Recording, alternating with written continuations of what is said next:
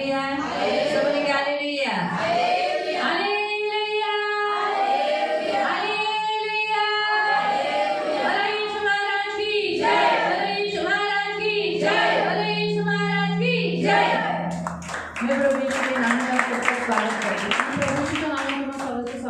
परमेश्वर अच्छा है प्रियो, देव चांगला आहे प्रिय. प्रभु ने बड़ी दया करुणा करके आज हमें 20 दिन में लेकर आए. आणि देवाने मोठी दया आणि कृपा करून आज आपल्याला 20व्या दिवशी पण घेऊन आला. हमारा जैसे 43 डेज का फास्टिंग है आणि आता आपला जसा 43 दिवसांचा उपवास और आहे. इस फास्टिंग में जैसे देखा गया तो 43 होने वाला है क्योंकि 5 तारीख तक हमारा 43 डेज होगा.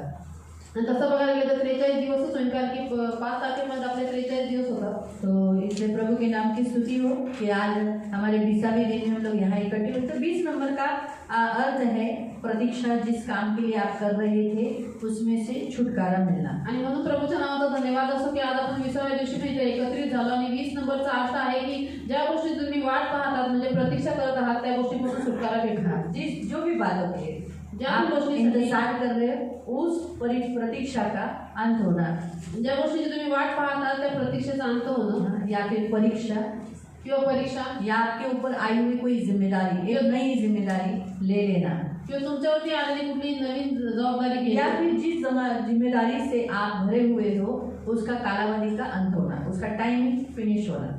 किंवा ज्या जबाबदारीपासून तुम्ही भरलेले आहात त्या कालावधीचा अंत होणं. बाइबल में जेनेसिस चैप्टर 31 में हम पढ़ सकते हैं. आणि बायबलमध्ये उत्पत्ती अध्याय 31 मध्ये आपण वाचू शकतो. 33 से हम पढ़ सकते हैं लाबान और याकूब के विषय पर. आणि 33 पासून आपण वाचू शकतो 36 से पढ़ेंगे. आणि 36 पासून आपण वाचू शकतो याकोब आणि लाबान यांच्याविषयी. जेनेसिस चैप्टर 31 उत्पत्ती अध्याय 31 और उसका 36 से. त्याचं वचन 36 पासून. तेव्हा याकोब रागावला, लाबानाशी तक्रार करू लागला. याकोबाने लाबानाला म्हटले, आपण माझा पाठलाग करावा असा कोणता अपराध, कोणते पातक मी केले? आपण माझ्या सर्व सामानाची झडती घेतली, त्यात आपल्या घरच्या काही वस्तू सापडल्या काय? सापडल्या असल्यास त्या माझ्या आपल्या भाऊबंदासमोर ठेवा, म्हणजे त्यांना आपल्या दोघांचा निवाडा करता येईल. आज 20 वर्ष मी आपल्याजवळ राहिलो. इतक्या काळात क्या लिखा है? मैं 20 साल तक तुम्हारे सामने तुम्हारे यहाँ रहा. फिर इतक्या काळात आपल्या शेळ्या मेंढ्या गाभणल्या नाहीत व आपल्या कळपातले कळपातले एकटे मी खाल्ले नाही. 20 साल तक मैंने तेरी सेवा की, तेरे भेड़ बकरियों का न गर्भ गिरा, न कभी तेरा भेड़ बकरियों का मांस खाया. न मतलब इसका मतलब मैंने चोरी नहीं किया. मैंने जो जिम्मेदारी से काम किया वो बराबर किया. फिर वनपशूंनी जी फाडून खाल्ली ती तशीच आपल्याकडे न आणता मी त्यांच्याऐवजी दुसरी भरून दिली. हाँ, जो कुछ हानि हुई भेड़ बकरियों की वो मैंने खुद भरा है. मैंने खुद उसका पैसा दिया है. दिवस रात्री चोरीस गेलेली आपण माझ्याकडून भरून घेतली. जो दिन में चोरी होती थी वो भी आपने मुझसे भर के लिया. दिवसा उन्हाचा ताप और रात्री गारठा ह्यांनी मी जर्जर होई. मतलब मुझे रहने के लिए भी नहीं था. रात दिन तू मुझसे काम कराता था. देखो मामा है, मामा लोग है. माझ्या डोळ्यांची झोप उडे. बहुत लोगों को मामा अच्छे लगते हैं ना. फिर अशी माझी दशा होती. हाँ, नींद नहीं थी. फिर आगे गेली 20 वर्ष मी आपल्या घरी काढली. हाँ, मैंने 20 साल तेरे घर में एक मजदूर की नाई एक कष्ट किया, दर्द उठाया. 14 वर्ष आपल्या दोन्ही मुलींसाठी. 14 साल 2 लड़कियों के लिए फ्री में काम किया, कुछ भी मजूरी नहीं मिली. आणि 6 वर्ष आपल्या शेळ्या मेंढ्यांसाठी. हाँ, 6 साल मैंने तेरे शेरे मेंढर यानी तेरे भेड़ बकरियों के लिए सेवा की. मी आपली चाकरी केली आणि 10ला आपण माझ्या वेतनात फेरबदल केला. लेकिन हमेशा तूने मेरे वेतन में जो भी मजूरी वो देता था काट के देता था. कभी बोलता था ये ज़्यादा है, थोड़ा कम करता हूँ. फिर कम करने के बाद बोलता है नहीं कम है, ज़्यादा करता हूँ. हमेशा उसने मजूरी के विषय पर हमेशा उसको धोखा दिया है ना. कभी कभी आप भी अपने रिश्तेदारों के पास, नज़दीक काम करने वाले लोगों के पास काम करते हो और आप सोचते भी नहीं कि अरे ऐसा व्यक्ति जो मेरी मजूरी खाएगा, मेरे ही ऊपर मेरा पसीना कष्ट करेगा. खास करके अगर मसीहों के पास अगर आप काम करते हो तो मसीहों से क्या अपेक्षा करते हो कि वो मेरे साथ अच्छा रहेगा, भला रहेगा, मेरे साथ सॉफ्टली बिहेव करेगा, क्योंकि भाई है ना. आणि भाई हुआ ना मसीह ख्रिस्ती में. लोकांपासून काय अपेक्षा करतो की ते आपल्यासोबत चांगले राहतील, चांगुलपणा करतील, आपल्याशी एकदम नम्रतेने व्यवहार करतील, कारण की आपण ख्रिस्ती भाऊ आहोत. और मसीह होने के नाते हम क्या करते हैं, मसीहों का काम ज़्यादा करते हैं, पर उससे भी ज़्यादा बढ़कर काम करते हैं. आणि ख्रिस्ती असल्याच्या नात्याने जे काम आहे त्याच्यापेक्षा वाढीव काम आपण करतो. लेकिन वो देने समय पर कैसे देते हैं, बराबर नहीं देते. आणि देता वेळेस ते कसे देतात मजुरी, बरोबर देत तो नाही. लाभान भी वैसा ही था, भाई उसका ही भाई था, उसका ही रिश्तेदार था, उसका मामा था। अभी एसाव के कारण वो क्या हो गया, भागकर मामा के पास गया। आणि हा लाबान पण त्याचा नातेवाईक होता, म्हणजे त्याचा सख्खा मामा होता. एसावमुळे याकोब पळून लाबानाकडे गेलेला और वहाँ उसने उसके मजबूरी का फायदा उठाया। आणि त्यांनी त्याच्या मजबुरीचा फायदा उचलला. और इसलिए प्रियो जब उसने देखा कि अरे मेरी बेटी को पसंद करता है, तो देखा इसके हाथ के, ये जिसमें हाथ डालता है सक्सेस होता है, परमेश्वर इसके हाथों के कामों को बहुत यश किया है, तो इसको अपने पास कैसे रख लो। इसलिए उसने क्या किया, छोटी लड़की के बजाय बड़ी लड़की को दे दिया। आणि त्यांनी बघितलं की हा माझ्या लहान मुलीला पसंत करतो आणि त्यांनी हे नोट केलं की हा ज्या कामामध्ये हात टाकतो तिथे देव याला आशीर्वाद देतो, यशस्वी करतो, म्हणून याला कसंही करून माझ्याजवळ ठेवू. म्हणून त्यांनी काय केलं, लग्नामध्ये लहान मुलगी द्यायच्या बदले मोठी मुलगी दिली. फिर 7 साल व्यर्थ गया ना, पहले वाला जो राहेल के लिए किया था, लिया को चला गया।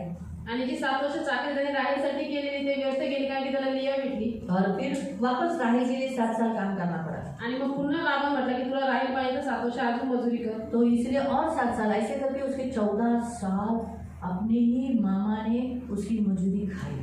आणि पुन्हा 7 वर्ष म्हणजे अशी करून 14 वर्ष त्याच्या स्वतःच्याच मामाने त्याची मजुरी खाल्ली. 14 साल वो प्रतीक्षा कर रहा था कि मैं वापस अपने पिता के घर लौट जाऊंगा। आणि 14 वर्षांपासून तो वाट बघत होता की मी पुन्हा माझ्या पित्याच्या घरी उसके जाईल. बीच में उसकी माँ मर गई। त्याच्यामध्ये त्याची आई वागली. फिर और 6 साल और उसने मजूरी की, आणि 6 वर्ष त्याने अजून मजुरी लेकिन उसने मजूरी फिक्स की थी। पण त्यांनी मजुरी फिक्स केली. लेकिन वो बार बार लाभान क्या करता था, बहुत काम करा के लेता था, मजूरी कम देता था। आणि वारंवार लाभान काय करायचा, खूप काम करून घ्यायचा आणि मजुरी कमी द्यायचा ना. तो इसलिए प्रिय हम देखते हैं कि 10 बार उसने मजूरी दी। इसलिए आगे 42।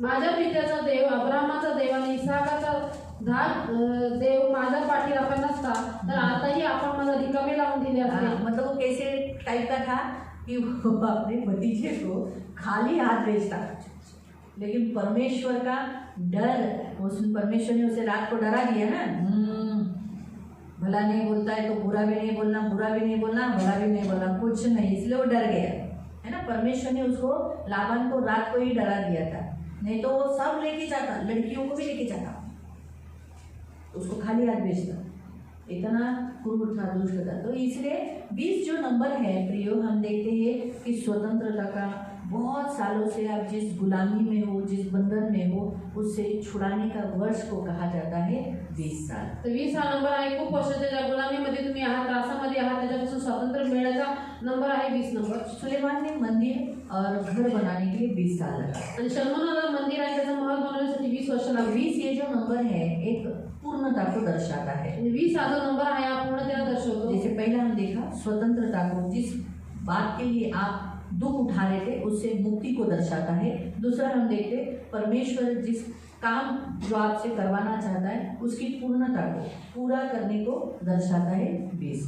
आणि पहिले आपण बघितलं की तुम्ही जे त्रास, जे दुःख उचलताय त्याच्यापासून तुम्हाला सुटकाराचा नंबर दाखवतो 20, म्हणजे स्वतंत्र करण्याचा, आणि तुम्ही ज्या गोष्टीची प्रतीक्षा करत आहात त्या गोष्टी पूर्ण करण्याचा नंबर दाखवतो 20। याबीन बोलकर जो इसराइल के ऊपर राज्य करता था, जजेस 4 अध्याय में पढ़ सकते हैं, उसने 20 साल, यानी इस जो कनानी जाति है, कनानियों से छुड़ाया था, लेकिन कनानी लोगों ने कितना साल राज्य किया, इसराइल के ऊपर कितना कष्ट दिया, दर्द दिया, अत्याचार किया, जुल्म किए, वो 20 साल था। तो मतलब 20 साल ये कालावधि को दर्शाता है। हर एक व्यक्ति के ऊपर, हर एक देश के ऊपर एक जुल्म जो होता है उसको एक कालावधि दिया गया है, एक पीरियड दिया गया है, एक समय दिया गया है, वो है 20।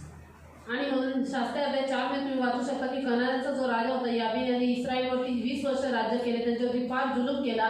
तर म्हणून प्रत्येक गोष्टीसाठी, प्रत्येक देशाच्या गुलामगिरीसाठी, जुलमासाठी एक कालावधी दिलेला आहे.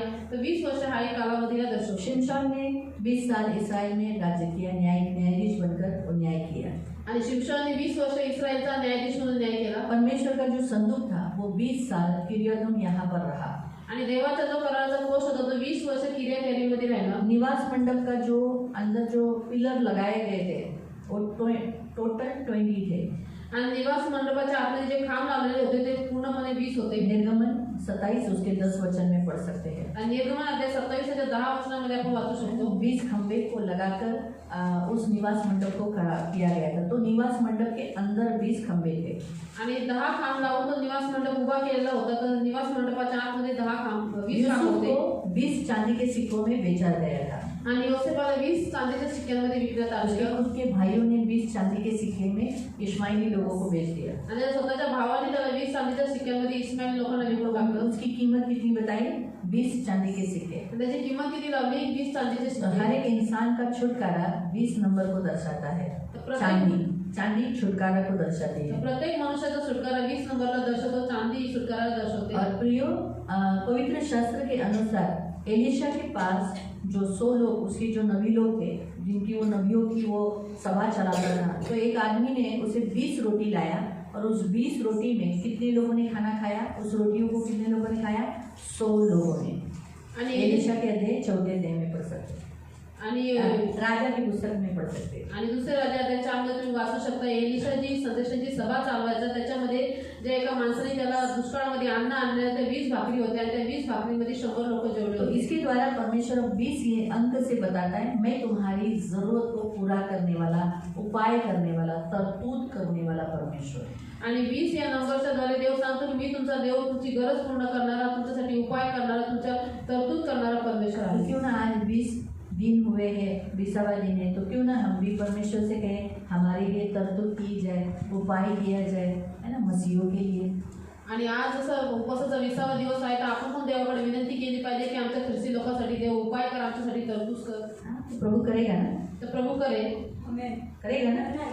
वही प्रभु है ना जो कल आज युगानी एक सा है। आणि तोच प्रभू आहे जो काल आज आणि युगाने सारखाच क्यों ना हम आहे। ऐसे विनती करें? या आपण त्याच्याकडे विनंती तो करू। कल हमने कैसे प्रेयर किया था? काल आपण कशी प्रार्थना केली? साथ। आज हम लोग क्या करेंगे? परमेश्वर के सामने दंडवत आज आपण देवाच्या समोर दंडवत करू और दंडवत करके प्रभु को कहेंगे गिड़गिड़ाकर कि जो जो विषय मैं आपको बताऊंगी उन विषयों के लिए आप प्रभु के सामने 20वें दिन में प्रार्थना करना। आणि जे जे विषय मी तुम्हाला सांगेल त्या विषयांसाठी तुम्ही प्रभूच्या समोर प्रार्थना करणार। तो प्रभु के सामने हम दंडवत कर प्रार्थना करेंगे, तर प्रभूच्या समोर आपण दंडवत करून प्रार्थना करू। क्योंकि हम लगातार सिर्फ संडे छोड़कर, संडे को भी हम कोशिश करेंगे, हम करते हैं वैसे मिलजुल कर प्रार्थना, लेकिन जैसे दंडवत नहीं कर पाते, आणि रविवारी पण आपण जसं मिळून प्रार्थना करतो, परंतु दंडवत नाही करू शकत। तो आओ सब परमेश्वर के सामने या आपण आजचं वचन बघू। हम निकालेंगे आपण काढून नेहम्या अध्याय 1 अध्याय 1 और उसका 1 से। आणि त्याचं वचन 1 पासून। नेहम्या नेहम्या अध्याय 1 अध्याय 1 उसका 1 से। त्याचं वचन 1 पासून। नेहम्या चैप्टर 1। नेहम्या अध्याय 1। कल हमने फाटक के बारे में देखा था, आणि काल आपण फाटकांबद्दल पाहिलेलं, थोड़ा सा आज हम देखेंगे फाटक के बारे में आणि आज पण आपण थोडं फाटकाबद्दल बघू और शहरपना के बारे में। आणि तटाबद्दल बघू। मुझे तो नहीं लगता कि आज ये होगा, लेकिन थोड़ा सा वो हम देखकर हम मंडे के ऊपर फिर जाएंगे और मंडे से फिर हमारा लिखावट परमेश्वर लिखता क्यों है उसके ऊपर हम जाएंगे। आणि म्हणून आज आपण थोडंसं ह्याच्याबद्दल बघू आणि सोमवारी आपण त्याच्यानंतर ह्याच्याबद्दल सविस्तर बघू आणि आपण जे परमेश्वर लिहायला का सांगतो त्याच्याबद्दल बघू। हाँ, लिखना क्यों इम्पोर्टेंट है? यीशु पृथ्वी पे लिखा, जमीन पे लिख रहा था ना।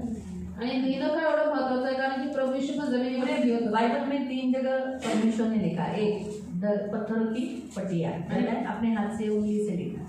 आणि बायबलमध्ये 3 ठिकाणी प्रभू परमेश्वराने लिहिलेलं आहे। एक म्हणजे दगडाच्या पाट्या ज्याच्या उजव्याने हाताने लिहिलं, हाँ, दानिएल के अध्याय में। आणि दुसरं दानिएलच्या अध्यायामध्ये दीवार पर लिखा। भिंतीवरती पहला लिहिलं, पत्थर पर, पहिले दगडांवरती, फिर दीवार, त्याच्यानंतर भिंतीवर, और तीसरा, तो तीनों का मीनिंग अलग है। तर तिन्ही गोष्टींचा पण लिहिता अर्थ जरूर. वेगवेगळा आहे, पण तो लिहितो जरूर है ना? तो हम कोशिश करेंगे मंडे से, नहीं तो फिर ट्यूसडे, क्योंकि अगर ये वचन आज कंप्लीट नहीं हुआ तो मंडे को फिर हमारा वापस शहरपना ही रहेगा।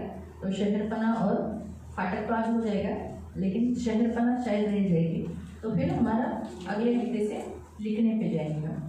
ठीक है, तो पढ़ेंगे एक वचन से, नेहम्या अध्याय 1 से। यरूशलेमेसाठी नेहम्याची प्रार्थना। हकल्याचा पुत्र नेहम्या ह्याचा वृत्तांत।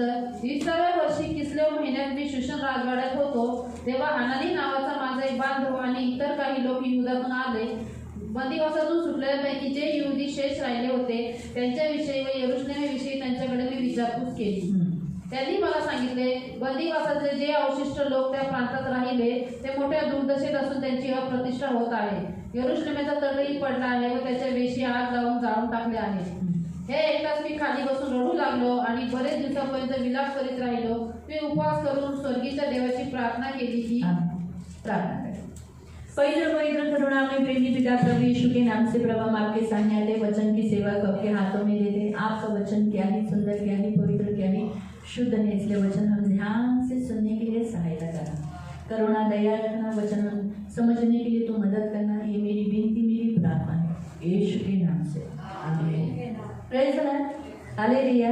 हम देखते हैं प्रियो, नेहमिया परमेश्वर के वहाँ उस समय जो राजा था उसका प्याला देने वाला था आणि आपण इथे बघतो की नेहम्या त्या काळामध्ये राजाचा प्यालेदार होता और ये जवान ही था. आणि हा तरुण होता. तो कुछ लोग, मैंने आपको पहले भी बताया था, डैनियल के साथ बहुत सारे लोग जो उसके काल में बेबीलोन देश में बंदी बनाकर लेकर गए थे. मी तुम्हाला पहिले पण सांगितलेलं आहे की डॅनियलच्या काळामध्ये खूप सारे लोक असे जे त्याच्यासोबत बेबीलोनमध्ये बंदी बनून घेऊन अब गेले. ये जो नेहम्या है वो एस्तर के काल के समय का है. आणि हा जो नेहम्या आहे तो एस्तेरच्या काळातला आहे. हाँ, तो उस समय मर्दखई, एजरा, ये समय के, उस समय के याजक थे, उस समय के लोग थे. आणि मर्दखई, एजरा हे ज्यावेळेस होते त्याच वेळेस नेहम्या पण होता. नेहम्या दिखने के लिए सुंदर था, अच्छा था और अच्छे लोगों को कभी भी राजा लोग अपने सामने रखते थे. आणि नेहम्या दिसायला सुंदर होता, खूप चांगला होता आणि म्हणून चांगल्या लोकांना राजे लोक नेहमी बाइबल में समोर. लिखा है ऐसे कि जो बुद्धिमान होता है, जो कर्तव्यगार होता है, वो लोगों के सामने नहीं, राजा के सामने वो दिखाई देगा. आणि मग बायबलमध्ये लिहिलेलं आहे की जो बुद्धिमान आहे, आपल्या कामामध्ये चतुर आहे, तो हलकट लोकांच्या समोर नाही पण तो राजाच्या समोर उभा राहील. ऐसा ही लिखा है, मराठी में वैसा ही है. तो मैंने हिंदी में थोड़ा सा अलग पढ़ा, वो मुझे याद नहीं आ रहा था, मुझसे क्लिक करके बताया है ना, लेकिन वो राजा के सामने दिखाई देगा. आणि तो राजाच्या समोर दिसेल. है ना. तो इसलिए नेहम्या और सचमुच बुद्धिमान था, ज्ञानी था और इसीलिए उसे एक काम दिया गया था, राजा के सामने प्याला देना. आणि नेहम्या खरोखर बुद्धिमान होता, ज्ञानी पुरुष होता म्हणून त्याला एक काम दिले होतं, राजाच्या समोर प्याला दिले. राजा के सामने सेवा करते हुए भी वो परमेश्वर का भय मानने वाला था. आणि राजासमोर सेवा करताना सुद्धा तो देवाचा भय बाळगणारा उसे होता. बड़ी चिंता थी यरूशलेम की. त्याला खूप चिंता होती तो यरूशलेम. यरूशलेम से कुछ लोग आए थे. तर यरूशलेमेतून काही लोक आलेले तो वो उन यरूशलेम के बारे में पूछने लगा, वहाँ के लोगों के बारे में पूछने लगा. आणि तो यरूशलेम बद्दल विचारपूस करू लागला, तिथल्या लोकांची दशा कशी आहे विचारू लागला. तो जैसे उसने पूछा, जसं त्याने विचारलं, उन्होंने बताया उसको कि बाप रे, वहाँ पर जो बदवाई में कुछ लोग, मतलब वहाँ से कुछ लोगों को वहाँ छोड़ दिया गया था. तो वो लोग वहाँ जो रह रहे हैं उनकी बड़ी दुर्दशा है. आणि काही लोक बेबीलोनी लोकांनी तिथं तसे सोडून दिलेले होते. तर जे लोक यरूशलेमेत राहत होते त्यांची फार दुर्दशा होती और उनकी बड़ी निंदा भी हो रही है. आणि त्यांची खूप निंदा होत आहे. क्यों निंदा हो रही है उसका उत्तर दिया, क्योंकि आणि का त्यांची अप्रतिष्ठा होत आहे, कारण त्याचं उत्तर दिलेलं आहे यरूशलेम की शहरपना टूटी हुई है कारण की यरूशलेमेचा तट पडला आहे और उसके फाटक जले हुए हैं. आणि त्याच्या वेशी आग लावून जाळून टाकलेलं आहे. तो जैसे उसने सुना वो रोने लगा, जसं हे नेहम्याने ऐकलं तो रडू लागला. वही बैठ गया, तिथंच खाली बसला बहुत रोने लगा, आणि खूप रडायला लागला. विलाप करने लगा. तो विलाप करू वो लागला. खाना उसने छोड़ दिया. त्याने अन्न खाणं सोडून कितने दिलं. दिन वो फास्टिंग किया उसका कुछ उसने गिन के नहीं बताया कि 1 दिन हुआ, 2 दिन हुआ. जब तक उसको वो रोना बंद नहीं हो रहा था, विलाप उसको ऐसा लग रहा है कि मेरा मैं और भी विलाप करूं, तब तक वो विलाप करता गया. आणि किती दिवस त्याने उपवास केला याचं काही इथं संख्या सांगितलेली नाही, कारण की त्यांनी अमर्याद उपवास केले आणि जोपर्यंत त्याचं रडणं बंद होत नाही, त्याला शांतच भेटत नाही, तोपर्यंत उपवास आणि प्रार्थना करत और राहिला. प्रार्थना भी करता था. आणि प्रार्थना मग करत और राहिला. खाना न खाने के कारण क्या हुआ, आणि जेवण न खाल्ल्यामुळे काय झालं, हाँ, उपवास करने के कारण उसका मुंह छोटा हो गया. आणि उपवास करून पण त्याचा चेहरा एकदम लहान झाला. रो रो के, अभी रोते हैं, देखो रोने के बाद क्या होता है, आणि रडून रडून माणसाचा चेहरा कसा होतो. उसमें वो सोया भी नहीं, क्योंकि उसको रात में भी ऐसे ही याद आता था. फिर वो रोते रोता रहता था, प्रभु क्या हो गया, यरूशलेम की ये दुर्दशा, यरूशलेम की ये दुर्दशा, तेरे घर की ये दुर्दशा, तेरा तो ये महाराज निगर, तेरा नगर है ये, तेरा चुना हुआ. और आज उसकी ऐसी हाल कि कोई भी आ जा रहा है, उसका हालत खराब कर रहा है, कोई भी लूट रहा है, अंदर रहने वाले लोगों की हालत खराब है. और फाटक तो जल पड़े हैं, कोई भी अंदर आ सकता था. अभी फाटक के बारे में हमने क्या देखा था कल, कि फाटक ऐसा है कि कौन अंदर आना चाहिए, कौन बाहर जाना चाहिए, उसके विषय पर फाटक लगाया जाता है ना. गेट कैसा, एक बाउंड्री को दर्शाया जाता है कि वहां से किसको अंदर लेना है, किसको नहीं लेना है, वो हमारे हाथों में रहता है. आणि नेहम्याला रात्रंदिवस झोप लागत नव्हती. तो रात्री पण झोपत नव्हता. रात्रीचा उठून तो बसायचा, रडायचा, कारण की तो म्हणायचा की यरूशलेम हे सुंदर राजाचं नगर आहे, त्याची आज ही अशी अवस्था आहे, त्याच्यामध्ये कोणी येतात जातात, तिथल्या लोकांची दुर्दशा करतात, त्यांना त्रास देतात. म्हणून तो रात्रंदिवस रडत राहायचा. कारण की आपण बघितलं फाटकांबद्दल की फाटक कशासाठी लावले असतं, की काही मर्यादा आहे. आपल्याला पाहिजे त्याला आपण आतमध्ये घेऊ शकतो, ज्याला पाहिजे त्याला नाही घेऊ शकत. परंतु इथं वेशी तुटल्यामुळे, फाटक तुटल्यामुळे कोणी आत जात येत होते. कोई भी आ जाता था. और इसराइल लोगों के ऊपर जो लोग वहाँ रहते थे, अंदर रहते थे, उनको बहुत लूटता था, टॉर्चर करते थे, उन्हें सताव करते थे, उनको दबाव करते थे, उनके ऊपर टैक्स डालते थे। आप नेहम्याह में अध्याय में पढ़ सकते थे। बहुत हालत उनकी खराब करती थी। आणि कोणी पण आले गेल्यामुळे ते लोक त्यांच्यावरती जुलूम करायचे, त्यांना लुटायचे, त्यांना त्रास द्यायचे, त्यांचे हालहाल करायचे, त्यांच्यावरती भारी कर पण त्यांनी लादले और जात. उसने जो फास्टिंग प्रेयर किया था वो सच्चा था। आणि त्या नेहमीने जी उपवास प्रार्थना केली होती ती खरी होती. और इसीलिए प्रियो, वो जब राजा के सामने जाने के बाद राजा ने खुद देखा इसको क्या हो गया, ये बीमार लग रहा है। इसलिए राजा ने उसको पूछा, तू बीमार है क्या हो गया तेरे को? तो मतलब मैं बीमार नहीं हूँ, लेकिन मेरे नगर का फाटक जला हुआ है और मेरी शहरपना, हमारे नगर की शहरपना टूटी हुई है, इसलिए मैं दुखी था और मैंने फास्टिंग किया। आणि मग तो राजाच्या समोर गेल्यानंतर त्याचा चेहरा पडलेला होता. तर राजा त्याला विचारले की तुझी तब्येत वगैरे ठीक आहे ना? तर तो म्हटला की मला काही नाही झालेलं महाराज, परंतु माझ्या लोकांची फार दुर्दशा होते, तिथला तट पडलेला आहे, वेशी जाऊन टाकलेल्या आहेत, म्हणून मी दुखी आहे. तो शहरपना मतलब क्या है? एक बाउंड्री होती है एक नगर को कि ये इस देश का बाउंड्री है, यानी इतना भाग जो है ये राज्य है, ये शहर है, ये घर है। देखो घर को भी, अभी सियोन को भी अगर आप देखोगे तो क्या किया है, एक वॉल बनाया है ना, दीवार, इसे कहते हैं शहरपना। ये हमारे सियोन की शहरपना है, जिसको हम क्या बोलते हैं, वॉल, या फिर हम क्या बोलते हैं, कंपाउंड, कुंपन बोलते हैं, है ना। क्यों ये डाला गया है? ताकि कोई भी अंदर नहीं आ सके। तो कुछ लोगों को बाहर रखना है, कुछ लोग अंदर रहेंगे, तो उसके लिए एक निशान है कि ये बाउंड्री है, ये कंपाउंड है, ये कुंपन है, ये सियोन का। आणि तट म्हणजे काय की त्या एखाद्या नगराला, शहराला किंवा घराला पण तट बांधला जातो, म्हणजे कंपाऊंड कुंपण बांधलं जाते की ज्याच्याद्वारे काही लोक कुणीही आतमध्ये जाऊन येऊ शकत नाही. तर कोणाला आतमध्ये घ्यायचं, कोणाला बाहेर घ्यायचं, हे ह्याच्याद्वारे आपल्याला दर्शवलं जातं. जसे आपल्या सियोनला पण कंपाऊंड आहे. तो जो दीवार बनाई जाती है वो दीवार क्या करती है? सुरक्षा देती है। तर जी भिंत बांधली जाते, म्हणजे तट बांधला जातो, ते काय करते? सुरक्षा देते शत्रुओं से, बाहर वालों से बचाती है, आणि बाहेरील शत्रूंपासून वाचवते. अलग होने का प्रतीक होता है। आणि वेगळं होण्याचं प्रतीक आहे. अंदर की जगह अलग है और तो बाहर लोग अलग है। आणि आतमधलं ठिकाण वेगळं आहे आणि बाहेरची जे ठिकाण आहे तो ते जो वेगळं आहे. शहरपना बनाई गई है वो आध्यात्मिक रीति से, अगर आत्मिक रीति से देखेंगे तो परमेश्वर और बाहर के लोगों का फर्क। आणि जो तट बांधलेला आहे तो आत्मिक रीतीने हे दर्शवतो की देव आणि बाहेरच्या लोकांचा फरक. तो दीवार अगर आप देखोगे तो, अगर दीवार क्यों डाली गई? जैसे अभी देखो, पाप ने हमारे और परमेश्वर के बीच में एक दीवार डाली। आणि आपण भिंतीबद्दल बघितलं तर भिंती का बांधल्या गेल्या? जसं पापाने आपल्या आणि देवाच्या मध्ये एक भिंत बांधली. इफिसियों की पुस्तक 2:14 में लिखा है कि यीशु मसीह के लहू ने वो दीवार को गिरा दिया।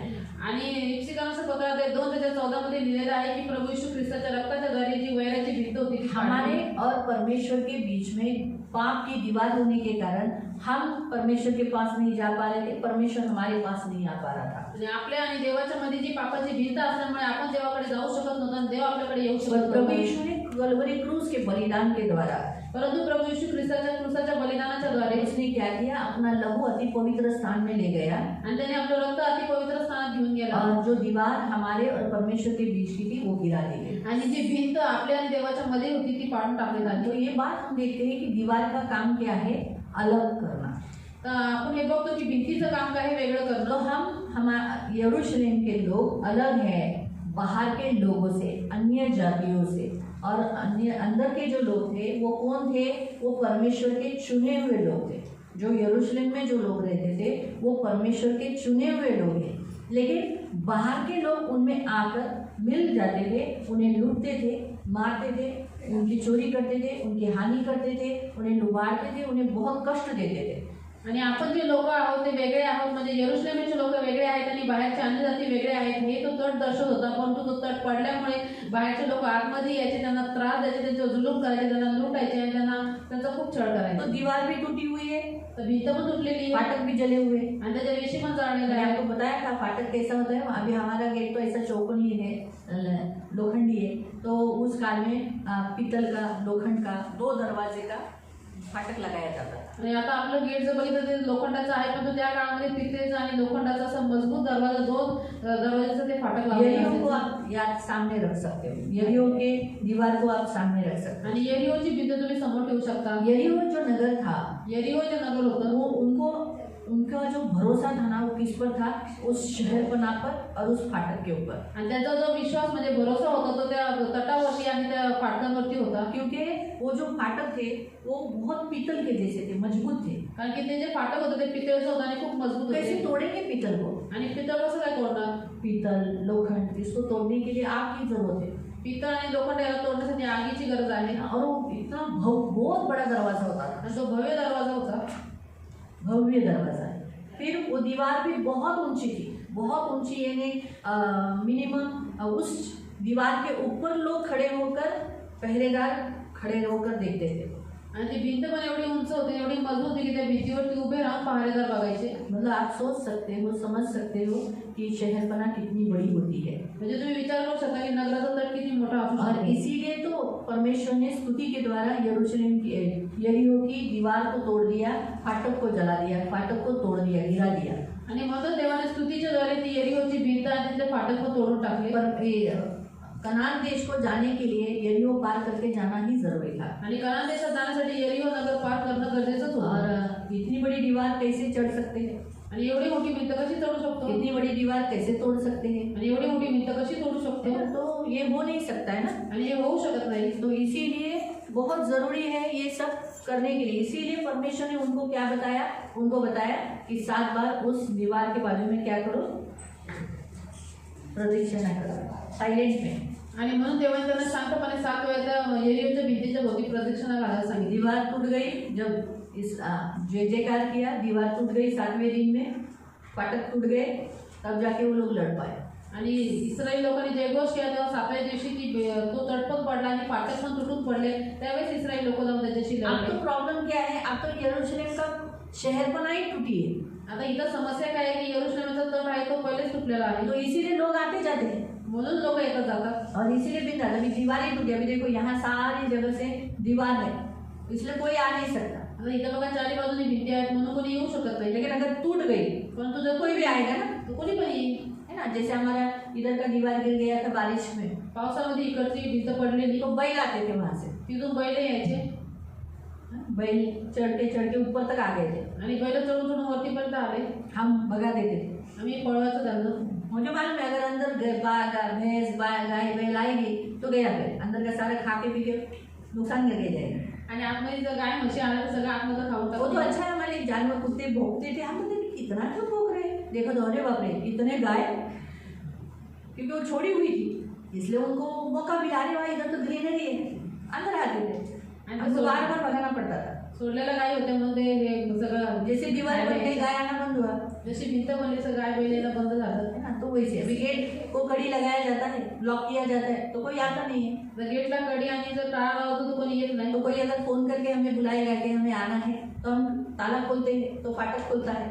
आणि कोणी फोन करून सांगितलं तर आम्ही जाऊन टाळा उघडतो, गेट उघडतो। तो आपको समझा?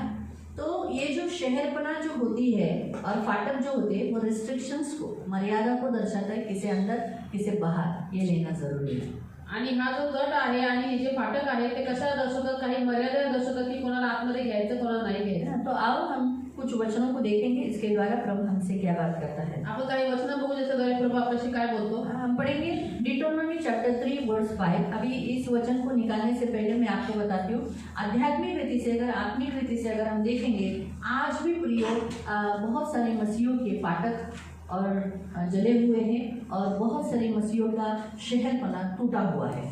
आणि आत्मिक रीतीने देव आपल्याला इथं सांगतो की आजही बघितलं तर खूप सारे ख्रिस्ती लोकांचा जो तट आहे तो तुटलेला आहे आणि त्यांचे जे वेशी म्हणजे फाटक आहे ते जळलेले आहेत। तो इसलिए वो लोग वैसे ही जीते हैं जैसे संसार के लोग, आणि मग ते लोक तसेच जगतात जसे जगाचे लोक आज जगतात। उनमें और मसीहों में कोई फर्क नहीं है। आज त्या लोकांमध्ये आणि मसीहों में, उन लोगों में ख्रिस्ती लोकांमध्ये काही फरक नाही। आज जिन जिन लोगों के शहरपना टूटी हुई है, ज्या ज्या लोकांचा आज तट तुटलेला आहे, जिन जिन लोगों के फाटक जले हुए हैं, ज्या ज्या लोकांचे फाटक जळालेले उन आहेत, मसीहों को नहीं, जिन्होंने बपतिस्मा लिया, बहुत साल से चर्च में आ रहे हैं, लेकिन उनके कार्य देखो, वो अन्य जातियों के सम्मान करते हैं। आज देखो जो शहरपना जिनके बाजू में बांधी है, हाँ, और फाटक लगे हुए हैं, यानी हम सब के, तो हम जो संसार के लोग जैसे चलते हैं वैसे नहीं चलते। आणि आज जे ख्रिस्ती लोकांच्या बाजूला तट बांधलेला आहे आणि त्याला फाटक मध्ये त्याला वेशी पण लावलेले आहे, तर ते लोक असे नाही चालत जसे जगाचे लोक उनमें और चालतात। हमें बहुत बड़ा फर्क है। त्यांच्यामध्ये आणि आपल्यामध्ये खूप मोठा फरक हम आहे। दिखने में उनके जैसे ही है, आपण दिसायला त्यांच्यासारखेच आहोत, लेकिन हमारे काम उनके जैसे नहीं है। परंतु आपले जे काम आहे ते त्यांच्यासारखे वो नाही सभी देवताओं को मानते हैं, ते सगळे देवता हम एक ही मानतात. परमेश्वर को मानते आपण एकच देवाला हैं, मानतो. वे मूर्ति को दंडवत करते हैं, मूर्ति को दंडवत। ते लोक मूर्तीला दंडवत करतात हम अविनाशी परमेश्वर को मानते हैं, हम कोई मूर्ति को नहीं रखते। आणि आपण अविनाशी देवाला मानतो आणि आपण कुठल्याही मूर्तीला वो ठेवत सब नाही. पुस्तकों का सहारा लेते हैं, हम सिर्फ बाइबल का सहारा लेते हैं। ते सगळ्या पुस्तकांचा सहारा घेतात म्हणतो आपण फक्त वो सब बायबलचा पर सहारा विश्वास घेतो. करते हैं, हम सिर्फ यीशु मसीह पर और इस बाइबल पर विश्वास करते ते सगळ्यावरती विश्वास करतात केवळ आपण प्रभू के फक्त दास पर नहीं. ख्रिस्तावर आणि बायबलवर विश्वास करतो इथपर्यंत की देवाच्या दासावर हैं। क्या पण. मालूम कब कौन सा दास आके फंसा देगा, इसलिए इसमें चेक करते हैं, ये प्रभु का दास सही बता रहे थे, इसमें देखते हैं हाँ ये आया है बराबर। क्या मालूम कौन प्रभु का दास फंसा देगा, क्योंकि अभी तो एंटी क्राइस्ट वेदी तक आ चुका है। काय आधी म्हणतात देवाचा दास फसवून म्हणून आपण याच्यामध्ये क्योंकि बायबल झूठे चेक करतो की ते झूठे आहे का शिक्षक नाही. निकलते हैं ना, वैसे शिक्षक कहाँ खड़े रहते हैं, आणि खोटे शिक्षक निघालेले आहेत आणि ते वेदीवर पण उभे राहतात. है ना। तो इसीलिए ये इस पर विश्वास है, ये कभी धोखा नहीं देगा। पण तो बायबल आपल्याला कधी धोका देणार नाही. इसलिए सिखाने वाला आपको क्यों हम बार बार वचन देते हैं, आणि काय तुम्हाला वारंवार रोज वचन बोलते काढायचं हैं नाही. "अहो, किती वचन काढायला आता आता हा काढला, आता पुन्हा तो काढवला, पुन्हा तो काढला", लेकिन क्यों हम वचन देते हैं कि इसी में से हम आपको सिखा रहे हैं। आणि का आम्ही तुम्हाला वचन काढायला सांगतो की ह्याच्यातूनच आम्ही तुम्हाला शिकवतो. आपको निकालने के लिए थोड़ा तकलीफ होता है, तुम्हाला काढायचा होता त्रास होतो. लेकिन आपको विश्वास होता है कि हाँ बाबा हम जो सिखा रहे वो सही है। आणि तुम्हाला विश्वास होतो की जे आम्ही शिकवतो ते खरं आहे. हम ऐसे ही कुछ भी अपने घर से कुछ उठा के नहीं लेकर आए, आणि आपण घरातून काही घेऊन येत नाही असं. कांदा चटनी भाजी वगैरह आणि कांदा टमाटोची चटणी वगैरे ऐसा कुछ लाया नहीं, इसी में से जो भोजन लाया है। ह्याच्यामध्येच तुम्हाला भोजन आणलेलं तो आहे. इसीलिए प्रियो वचन के अनुसार बहुतायत लोग आज जिनके शहरपना टूटी है और फाटक जले हुए हैं, वो लोग संसार के लोग जो करते हैं वही वो लोग भी करते हैं। आणि खूप सारे ख्रिस्ती लोक आज असे आहेत ज्यांचा तट पडलेला आहे आणि वेशी जळालेले आहेत म्हणजे फाटक जळालेले आहेत. ते लोक असं जीवन जगतात जे जगाचे लोक पण जगतात. जैसे त्योहार मनाना, जसं सण साजरा करणं, हाँ चर्च में नहीं आना, चर्चमध्ये न येणं प्रभु भोजन न लेना, आणि प्रभू भोजन न घेणं. क्योंकि संसार के लोग ऐसे ही करते हैं। हर वो लोग जो रीति रिवाज के अनुसार जब उनका त्योहार रहेगा तभी मनाते हैं, नहीं तो साल भर वो लोग बाकी के दिनों में वो उनके देवी देवताओं को नहीं देखते, बराबर। जगाचे तो लोक ऐसे असेच करतात. यीशु में आने वाले लोग भी सिर्फ जब उनको जरूरत रहेगी तो आएंगे, नहीं तो नहीं आएंगे। तसंच प्रभूकडे प्रभु गेलेले लोक भोजन नहीं खाएंगे, प्रभू भोजन नाही खाणार. जबकि वो खाना जरूरी है। हमें स्वर्ग जाना है, वहाँ रहना है, आणि आपल्याला स्वर्गात जायचं तिथं राहायचंय. क्षमा नहीं करते, लोक क्षमा निंदा करतात, करते हैं, लोकांची निंदा बुराई करतात. करते हैं। ये संसार का काम है। देखो संसार में यही होता है। आणि ही सगळी जगाची कामं जगामध्ये हेच होतं. संसार में जैसे लोग रहते, जैसा फैशन चलता है, बस वो लोग भी वही फैशन। आणि जगामध्ये जसे लोक राहतात जशी फॅशन करतात तसे ते पण फॅशन करतात. तो आपको समझ में आए तो फर्क होना चाहिए। तो फाटक और शहरपना अन्य जातियों में और हम में फर्क लाता है। आणि जो तट आहे आणि जे फाटक आहे ते अन्य जातीमध्ये आपल्यामध्ये फरक घेऊन तो येतो. परमेश्वर ने भी हमारे बाजू में जो बाड़ा बांधा है, हमारे बाजू में जो शहरपना बनाया है, तो जो संसार के लोग करते हैं वो हम नहीं करते। हमने और उनमें अलगपन किया है, हमें अलग कर दिया है। बाइबल में क्या लिखा है, हमें अंधकार से निकालकर ज्योति में लाया है। तो अभी हमारे काम कैसे होने चाहिए, ज्योति के, अंधकार के नहीं। तो अंधकार के काम कौन से है, आणि म्हणून देवाने आपल्यामध्ये जगाच्या लोकांमध्ये पण तट बांधलेला आहे जो आपल्याला त्यांना वेगळं करतो. प्रभूने आपल्याला आता अंधकारातून काढून प्रकाशात आणलेला आहे. म्हणून आपण प्रकाशाची कामं केली पाहिजे. तर प्रकाशाची कामं कोणती आहेत. नहीं मैंने पूछा अंधकार के काम कौन से हैं? अंधाराचे कामं कोणते आहेत.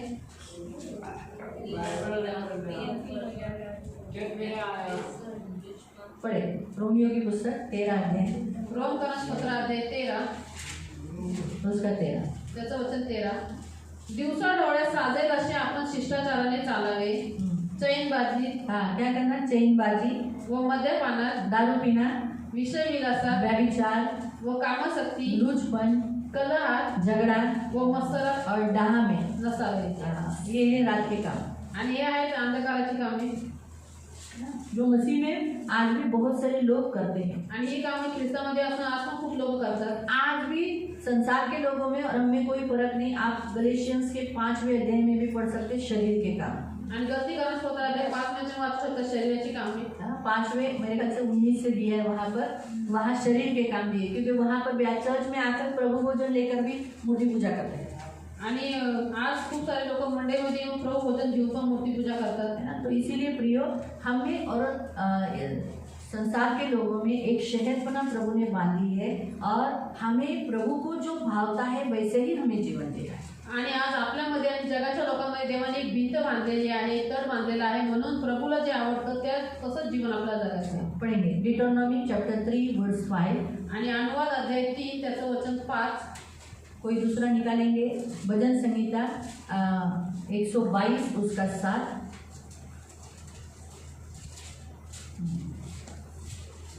ही सर्व तटबंदी नगरे असून त्यांचे तट उंच होते आणि त्यांना वेशी व अडसर होते. हाँ, हम क्या देखते हैं कि डिटोनॉमी अध्याय में हम देखते हैं कि वहाँ वो कहता है सुना, ही सर्व तटबंदी नगरे असून ये जो सारे देश है ये सब कैसे हैं? इन सबको शहरपना है.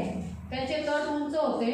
वहाँ के ये नगर गढ़ वाले हैं, ऊंची ऊंची शहरपना है, फाटक है, बेड़े हैं. इनको छोड़ बिना शहरपना के भी बहुत से नगर है. ऐसा ही हम होना चाहिए. आणि असे आपण असले पाहिजे. ऐसे ही चाहता है कि हम सब ऐसे गढ़ वाले सुरक्षित बाड़े के जगह में रहने वाले लोग होने चाहिए. आणि आपण पण असे सुरक्षित आणि एकदम तट असलेल्या नगरामध्ये राहणारे और लोक परमेश्वर पाहिजे. हमारे बाजू में ऐसा ही गढ़ बनाता है, आणि देव आपल्या बाजूला असं तट बांधतो ऐसे ही शहरपना बनाता है. आणि असंच कोट बांधतो. और हम पढ़ेंगे भजन संहिता 122 वर्स 7. तुझ्या पोटात शांती बसो, हाँ, तेरे शहरपना के भीतर क्या रहे? शांति रहे. तुझ्या राजवाड्यात समृद्धी नांदो. हाँ, तेरे महल में क्या रहेगी? समृद्धि, फाइनेंशियली ब्लेसिंग रहेगी. प्रभु ये चाहता है कि जिसकी शहरपना बनाई गई हो उसमें शांति रहेगी. उसकी दीवारें क्या रहेगी? शांति से, झगड़े नहीं रहेंगे. उसकी दीवारें में क्या रहेगी? शांति. आणि प्रभूची ही इच्छा आहे की ज्याचं तट बांधलेलं असतं त्या भिंतीमध्ये शांती असेल, भांडणं नसतात. तो परमेश्वर ही हमारी बाजू में शहरपना है, वही हमारी सुरक्षा है. तर देवच आपल्या बाजूचा कोट आहे आणि तोच आपली सुरक्षा आहे. और एक वचन पढ़ेंगे अय्यूब अध्याय 1 उसका 10. आपण अजून एक वचन वाचू, इय्योब अध्याय 1 त्याचं वचन 10. परमेश्वर खुद ही हमारा एक तटबंदी है, शहरपना है, हमारे बाजू में कुंपन है जो हमारे रक्षा करता है, सिर्फ लोगों से नहीं परंतु शैतान से भी. आणि देवच आपल्या बाजूला एक कोट आहे, अशी सुरक्षा आहे जो आपली रक्षा करतो, फक्त लोकांपासून नाही तर शैतानापासून सुद्धा. तो त्याचे घर व त्याचे सर्वस्व ह्या भोवती तू कुंपण घातले आहेस ना. हाँ, क्या बोलता है शैतान? शैतान कहता है मैं उसको छू नहीं सकता हूँ, इसलिए क्योंकि तूने क्या किया है? उसके घर से लेके उसके सभी घर दौलत, घर जायदाद सबको तूने क्या किया है? बाड़ा, अपने हाथों का कुंपन तूने लगाया. मैं कैसे उसे छू सकता हूँ? है ना. तो प्रभु हमारी शहरपना को खुद प्रोटेक्शन करता है, खुद हमें दूतों के द्वारा, अपने हाथों के कुंपन के द्वारा क्या करता है? रक्षा करता है. आणि प्रभू स्वतः आपली रक्षा करतो स्वरूपांच्या द्वारे आणि हाताच्या द्वारे. है ना. परमेश्वर अगर कोई शहरपना तोड़ दिया, किसी का शहरपना, जैसे यरीहो की दीवार तोड़ी, आणि जसं जर कोणी तट तोडला, जसं यरीहोचा तट तोडला, फाटक गिरा दिए, पाडले, तो ये न्याय था. हा न्याय होता, उस देश का न्याय था. त्या देशाचा न्याय होता. क्यों न्याय किया? क्यों उस देश को नाश किया, न्याय किया? का देवाने त्या नगराचा न्याय केला, तिथे नाश केला? वहाँ अंदर क्या हो रहा था? परमेश्वर की बिल्कुल महिमा नहीं थी, वहाँ पाप था. आणि तिथे बिलकुल परमेश्वराला गौरव देत नव्हतं, तिथं पाप होतं. तो आत्मिक रीति से भी प्रिय अगर हम देखेंगे तो जिनकी शहरपना टूटी है, जिनके फाटक जले हुए हैं, यानी फाटक नहीं, कोई भी कुछ जैसा चाहिए जी रहा है, जैसा चाहिए वैसा वो रह रहा है, तो इसका मतलब वो अभी भी पाप में है. परमेश्वर से उसका कोई भी रिश्ता बराबर से नहीं है. तर आपली स्थितीने आपण बघू शकतो की ज्या लोकांचा तट पडलेला आहे आणि त्यांचं फाटक जाळून टाकलेले आहे, त्याचा अर्थ हे आहे की ते आपल्या मनमर्जीप्रमाणे जगतात आणि देवाशी त्यांचं काही नातं नाही. आगे ये रिस्की है, जैसे यरीहो गिराया गया, आगे वो भी नाश हो सकता है. आणि हे खूप रिस्की आहे. जसं यरीहो नगर पाडलं गेलं तसंच हे पण पुढे जाऊन अगर मसीह लोग अपने आजू बाजू में मसीहतपन में नहीं जिएंगे तो आगे नुकसान है. जर ख्रिस्ती लोक आपल्या आजूबाजूला तट बांधून जर ख्रिस्तीपणामध्ये नाही जगणार तर पुढे जाऊन त्यांची हानी ये आहे रिस्की है. आणि हे काम खूप रिस्की आहे. जैसे यरीहो नगर का शहरपना टूटा और फाटक जल गए, टूट गए और सारे इस्राएली लोगों ने अटैक कर पूरा यरीहो नगर को क्या किया? नाश किया ना. तो वैसे ही प्रियो, अगर हम मसीहतपन नहीं जिएंगे, मसीह के जैसा नहीं जिएंगे, हम मसीहतपन में दिखते नहीं हैं, तो नाश होने का आगे चांसेस है. आणि जसं यरीहो नगराचा तट पाडण्यात आला, त्याचे फाटक पण पाडण्यात आले आणि इस्रायली लोकांनी त्याच्यावरती आक्रमण करून त्या नगराचा पूर्ण जाळून नाश केला. तर तसंच आपण पण जर ख्रिस्तीपणामध्ये नाही जगलो तर पुढे जाऊन आपलं पण नुकसान आहे. तो इसीलिए आत्मनियंत्रण, अपने चरित्र के ऊपर आत्मनियंत्रण बड़ा ही इम्पोर्टेंट है. आणि म्हणून आपल्या चरित्रावरती आत्मनियंत्रण करणं तो दर्शाती है।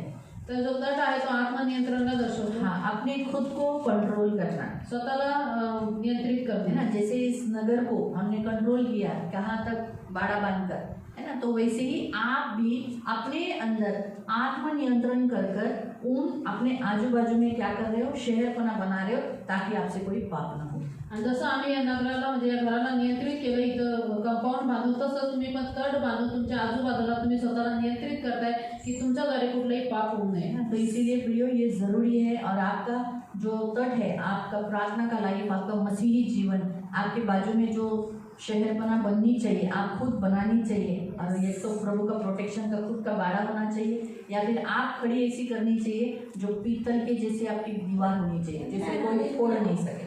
आणि म्हणून तुमच्या बाजूचा जो तट आहे तो तुम्ही बांधला पाहिजे प्रार्थनेच्या जीवनाच्या द्वारे आणि ख्रिस्ती जीवन जगण्याच्या द्वारे। तो इतका मजबूत असला पाहिजे, देवाचं संरक्षण त्याच्यावर असलं पाहिजे आणि तो पितळेसारखा मजबूत असला पाहिजे की ज्याला कोणी तोडून तुमच्या आतमध्ये येऊ नये। यिर्मयाह की पुस्तक अध्याय 1 में लिखा है, आणि यिर्मयाह अध्याय 1 मध्ये लिहिलेलं आहे, यिर्मयाह अध्याय 1 उसका 18 त्याचं वचन 18, पहा आज या सगळ्या देशांविरुद्ध यहूदाचे राजे व त्याचे सरदार, त्याचे याजक व देशातील लोक यांच्या विरुद्ध तुला मी तटबंदीचे नगर, लोहस्तंभ, पितळी कोट असे करतो। पुन्हा आता हळूहळू वाचा, तुम्हाला देवाने कसं बनवलंय बघा। आप कैसे हो, आप कैसे होने चाहिए, यहाँ प्रभु बताता है। क्या बताता है, अभी थोड़ा सा धीरे धीरे। हाँ, पहा देखो आज या सगळ्या देशांविरुद्ध, हाँ, आज इन सारे देशों के सामने, आज आप जिस देश में रहते हो उन सारे मनुष्य के सामने, भारत देश के लोगों के सामने, महाराष्ट्र के लोगों के सामने क्या किया है, यहूदाचे राजे, हाँ, यहूदा का राजा, त्याचे सरदार, हाकिम, त्याचे याजक व देशातील और साधारण के सारे लोग भी, यांच्या विरुद्ध, हाँ, इनके विरुद्ध तुझे मैंने क्या किया है, तुझे। अभी ये बात किसको बोला गया था, यिर्मयाह को, लेकिन अब आपको क्या बोला गया है, पर्सनल, तुझे। संसार, हमारे देश में राजा है, आपल्या देशात राजा आहे, हाकिम है, अधिकारी आहे, अधिक बड़े स्थान के लोग हैं, आणि मोठ्या स्थानावरचे लोक, कुछ लोग याजक का काम करते हैं, काही लोक याजकाचं काम कर रहे हैं ना। उन सभी के बीच में मैंने तुझे क्या किया है, पढ़े, तुला मी तटबंदीचे नगर, हाँ, तुझे कैसा बनाया है, तटबंदी का, जिसके बाजू में बाड़ा है, तटबंदी का नगर, फिर लोहस्तंभ, हाँ, लोह स्तंभ यानी लोहे का खंबा, यानी तू कैसा है, लोहे के जैसा। लोहे को कोई मारेगा तो वैसे ही आपसे जो लड़ेगा वो चकनाचूर हो जाएगा। इसलिए मेरे ख्याल से आइज़ाया में लिखा है, जो तुझसे लड़ते हैं वो नष्ट हो जाएंगे। 41 में लिखा है, 41 में। यशायाह अध्याय 41 तो आप केवल कौन हो, आप अपने पर्सनल प्रेयर में भी ले सकते हो, जो भी आपके साथ कोई विरोध में है, वैयक्तिक प्रार्थनेमध्ये घेऊ शकता, आगे से जे तुम्हारे तुम्हाला शत्रूंसाठी। क्योंकि जब मैं ये वचन तैयार कर रही थी ना कल रात को, तब प्रभु ने मुझे बताया, तुला माहिती आहे का, तुला मी कसं उभं केले, लोह्यासारखं। मला आठवलं, अरे हाँ, ये तो यिर्मयाहच्या पुस्तकात आहे, क्योंकि ये बात यिर्मयाह को प्रभु ने कहा था। मैंने तो ये कभी अपने लिए नहीं लिया था, लेकिन अभी लोग रेमा वर्ड आया है ना, तो हम अपने लिए ले सकते आणि रेमा वर्ड आलेला आहे तर आपण स्वतःसाठी घेऊ शकतो। आगे, पितळी कोट, हाँ, तुम्हारा जो बाजू में शहर बना है वो कैसा है, पीतल का। कैसा होना चाहिए, पीतल। यानी कोई छोटा मोटा कोई भी वस्तु, कोई भी आपको तोड़कर आके, शहरपना को तोड़कर आपको अटैक नहीं करना चाहिए। आणि कुठलाही लहान मोठा पाप किंवा कुठली छोटी मोठी गोष्ट तुमचा तट तोडून तुमच्यावरती हमला नाही करणार।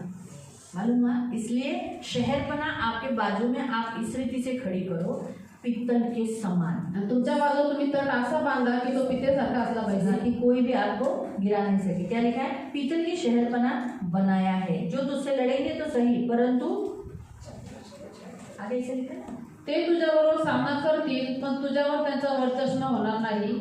क्यों, क्योंकि मैं तुझे बचाने के लिए तेरे साथ, कारण की तुझा बचाव करण्यासाठी मी तुझ्या बरोबर आहे। तो हमारा परमेश्वर आपको वैसे ही शहरपना बनाने के लिए कहता है, मजबूत, स्ट्रांग। तर आपला देव तुम्हाला असं तट बांधायला सांगतो, एकदम मजबूत आणि स्ट्रॉंग। उसके वचन के द्वारा आप जो पीतल का जैसे स्ट्रांग आपको शहरपना बनाना है तो उसके वचन में स्ट्रांग हो जाओ। आणि तुम्हाला जर पितळेची शहरपणा बनवायची आहे तर तुम्ही त्याच्या वचनामध्ये एकदम मजबूत बना. उसका वचन, उसका शब्द ले लो, त्याचं वचन, त्याचा शब्द घ्या, उसके लहू को ले लो, त्याच्या रक्ताला घ्या, उसके दिव्य दूतों का पहरा अपने बाजू में खड़ा त्याच्या करो, स्वर्गीय दूतांचा पहारा आपल्या उसके बाजूला घ्या, नाम का इस्तेमाल करो। त्याच्या नावाचा वापर करा. पहला उसके वचन में, पहिलं त्याच्या वचनामध्ये वचन और उसके शब्द को स्वीकार करो। वचन आणि परमेश्वराचा शब्द स्वीकार करा. जॉन चैप्टर 17:17 भजन संहिता 91:4। फिर दूसरा लहू, आणि दुसरा आहे त्याचं रक्त. उसके लहू से अपने आप को हमेशा ढके रखो, मजबूत रखो, उसके लहू के तले रहो। आणि त्याच्या रक्ताने नेहमी स्वतः झाकले ठेवा, मजबूत राहा, त्याच्या रक्ताखाली राहा नेहमी. निर्गमन 12:13 और रेवलेशन 12:11। आणि निर्गमन अध्याय 12:13 आणि प्रकटीकरण अध्याय 12:11. लहू ही होता है जो दुष्ट को गिरा देता है। आणि प्रभूचं रक्तच आहे जे दुष्टाला खाली पाडतं. स्वर्गदूतों का पहरा अपने ऊपर रख दो। आणि स्वर्गदूताचा पहारा स्वतःवरती ठेवा. साम 91 उसका 11 में लिखा है। आणि स्तोत्र संहिता 91:4 मध्ये दिलेला और आहे. उसके नाम का इस्तेमाल करो। आणि त्याच्या नावाचा वापर करा. जो प्रभु ने हमें आकाश के नीचे पृथ्वी के ऊपर एक नाम दिया है, वो कौन सा नाम? यीशु नाम। उस नाम का इस्तेमाल कर कर अपनी शहरपना हमेशा पीतल के समान करो कि कोई भी पाप आ गया और आपको तोड़ के गिरा दिया, आप भी संसार के लोगों के जैसा कर रहे, ऐसा नहीं होना चाहिए। आणि म्हणून आकाशाच्या खाली पृथ्वीच्या वर आपल्याला जे नाव दिले ते प्रभू येशूचं नाव आहे, म्हणून त्याच्या नावाचा वापर करून आपला तट तुम्ही एवढा मजबूत करा की कुठलेही पाप आला त्याने तुम्हाला खाली पाडणं, तुम्ही जगासारखे जगतात असं झालं नाही पाहिजे. ऐसा आप स्ट्रांग होने चाहिए आणि तुम्ही मजबूत असले पाहिजे. प्रभु ये चाहता है कि आप ऐसे मजबूत आणि हो। प्रभूची इच्छा आहे की तुम्ही असे मजबूत असले पाहिजे. और एक हम वचन पढ़ेंगे रेवलेशन चैप्टर 21:12। आणि प्रकटीकरण अध्याय 21 त्याचं वचन 12 आपण वाचू. तिला मोठा उंच तट होता, त्याला 12 वेशी होत्या आणि वेशीजवळ 12 देवदूत होते. त्या वेशींवर नावे लिहिलेली होती, ती इस्रायलच्या संतानाच्या 12 वंशांची होती. तिला मोठा उंच तट होता. हाँ, क्या लिखा है कि स्वर्ग में भी हम जो देखेंगे कि वहाँ पर भी शहरपना है। आणि आपण बघतो की स्वर्गामध्ये पण तसं जैसे आहे. हमने कल देखा 12 मोतियों का क्या है? फाटक है। जसं आपण काल बघितलं की 12 मोत्यांचं काय आहे? गेट. फाटक आहे, म्हणजे गेट तो आहे. हम गेट से घुसेंगे। तर आपण त्या फाटकातून जाऊ. रेवलेशन 21 का हम 12 पढ़ रहे हैं, रेवलेशन 21 का 12 पढ़ रहे हैं, है ना। तो अभी हम कौन से मोती में से घुसेंगे? तर आपण कुठल्या मोतीमधून जाऊ आतमध्ये प्रवेश करू? थॉमस नावाच्या. थॉमस नाम के मोती से हम लोग इंडियंस लोग जाएंगे। आणि थॉमस नावाच्या मोतीमधून आपण भारतीय जाऊ. क्यों? का? क्योंकि 12 प्रेरित में से थॉमस ही है जो इंडिया में आया। 12 प्रेषितांमधून थोमा आहे जो भारतात आला. बहुत सालों पहले। खूप वर्ष ये झाली. लोगों को, बीजेपी वालों को ऐसा लगता है कि अभी क्रिश्चियनिटी बढ़ गई है। आणि बीजेपी वाल्यांना वाटतं की ख्रिश्चन लोक आताच वाढत ऐसा आहे. है, हमारे भारतीयों को मालूम नहीं कि ये जो क्रिश्चियनिटी है, मसीह कितने सालों पहले 2000 साल पहले ही भारत देश में आया।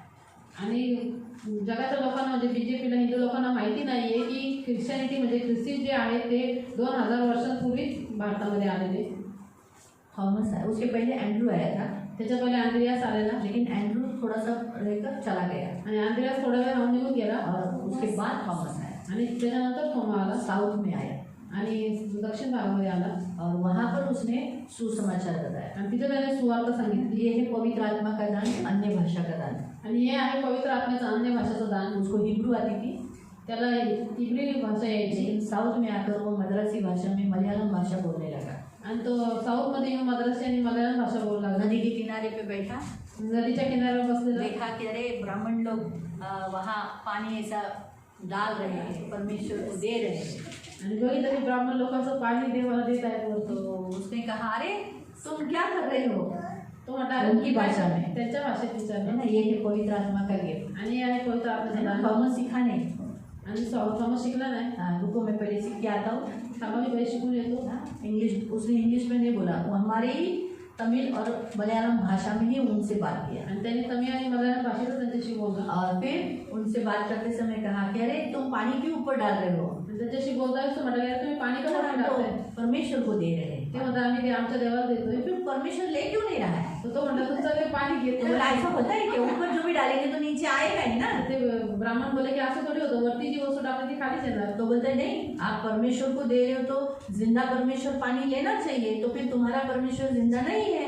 तर थॉमस म्हटलं की तुम्ही जर तुमच्या देवाला पाणी देत त्यांनी घेतलं पाहिजे, याचा अर्थ तुमचा देव जिवंत नाहीये. तो उसने बोला, फिर क्या तेरा परमेश्वर पानी लेगा? मग ते लोक म्हणले काय तुझा देव पाणी घे? बोला, हाँ, मेरा परमेश्वर, मेरा यीशु तो जिंदा है।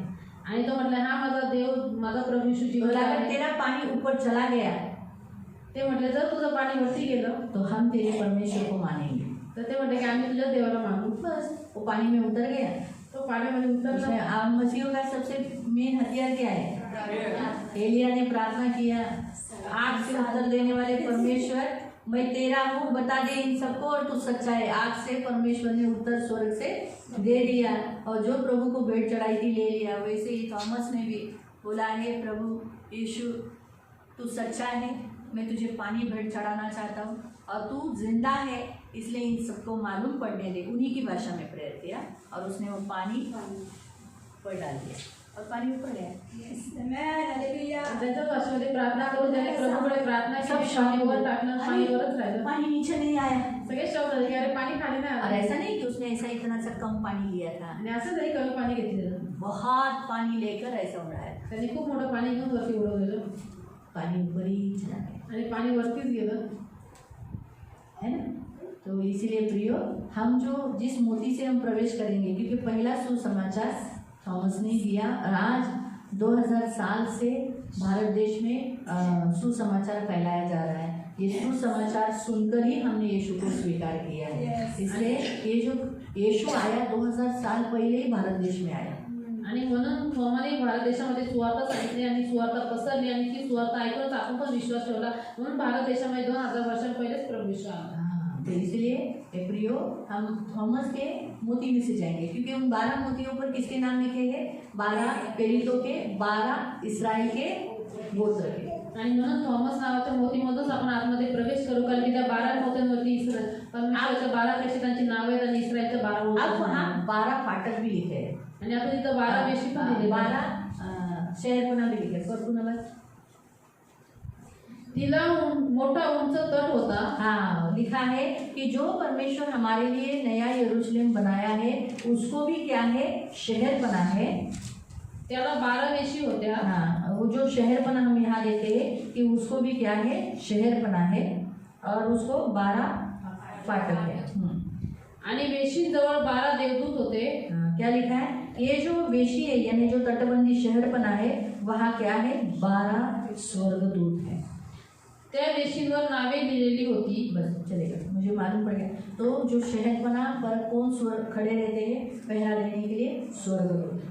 आणि तटावरती पहारा देण्यासाठी स्वर्गदूत उभे असतात. तो इसलिए प्रियो बहुत ज़रूरी है कि हम परमेश्वर का वचन हमें यहाँ सिखाता है कि हमें क्या करना है? शहर बना, हमारी टूटी नहीं रखना है और फाटक भी हमें जले हुए नहीं रखना है। आणि म्हणून देवाचं वचन आपल्या इथे सांगतो की आपला तट तुटलेला नसावा आणि आपले जे फाटक म्हणजे वेशी आहेत ते आपण जाळलेले नसावे. और यहाँ पर ऐसा भी लिखा है, अब हम पढ़ेंगे नीति वचन अध्याय 18 आपण वाचू नीतिसूत्रे अध्याय 18 और उसका 10 वचन। आणि त्याचं वचन 10. यहोवा का नाम एक दृढ़ गढ़ है और धर्मी उसमें भागकर सब दुर्घटनाओं से बचता है। परमेश्वराचे नाम बळकट दुर्ग आहे आणि त्यात नीतिमान धावत जाऊन निर्भय हमारा राहतो. यहोवा ही हमारे लिए दृढ़ शहर बना है जिसके द्वारा हम क्या हो जाते हैं? बच जाते हैं, हम सुरक्षित रहते हैं। आणि आपला देवच आपल्यासाठी एक बळकट दुर्ग आहे ज्याच्याद्वारे आपण वाचून राहतो आणि सुरक्षित राहतो. 25 का नीति वचन 25 का 28। नीतिसूत्रे 25 वचन 28. जिसकी आत्मा वश में नहीं वैसे नगर के समान है जिसकी शहर बना घेराव करके तोड़ दी गई। यानी जो खुद को कंट्रोल नहीं करता, आत्म संयम नहीं करता, खुद को कंट्रोल कर नहीं सकता, पाप को रोक नहीं सकता, उसकी शहरपना क्या हुई है? उसकी शहरपना क्या हुई है? टूटी हुई है। तो कोई भी अंदर घुसता है, कोई भी दुष्टात्मा आता है, जो कुछ भी दुष्टात्मा आकर सता के जाता है, मालूम हुआ?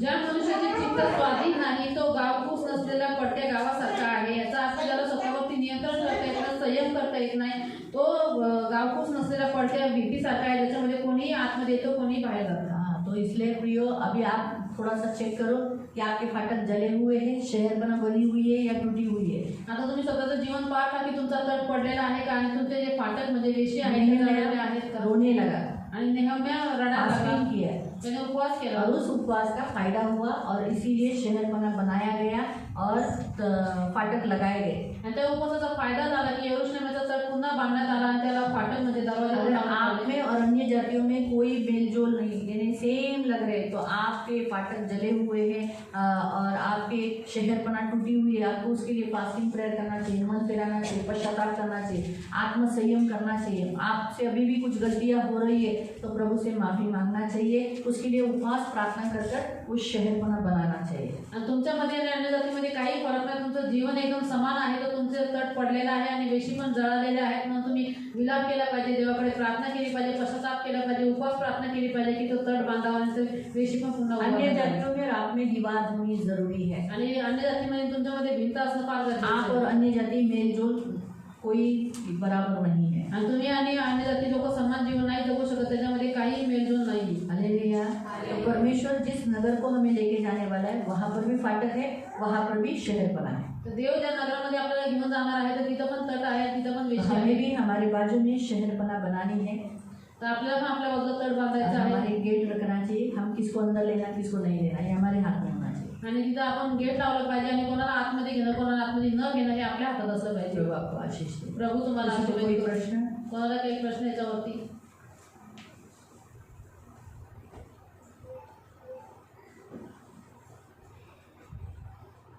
आपका जीवन अन्य जातियों के समान नहीं होना चाहिए. तुमचं जीवन अन्य जाती सेल्फ सारखं कंट्रोल पाहिजे. करो. आणि आत्मनियंत्रण करा.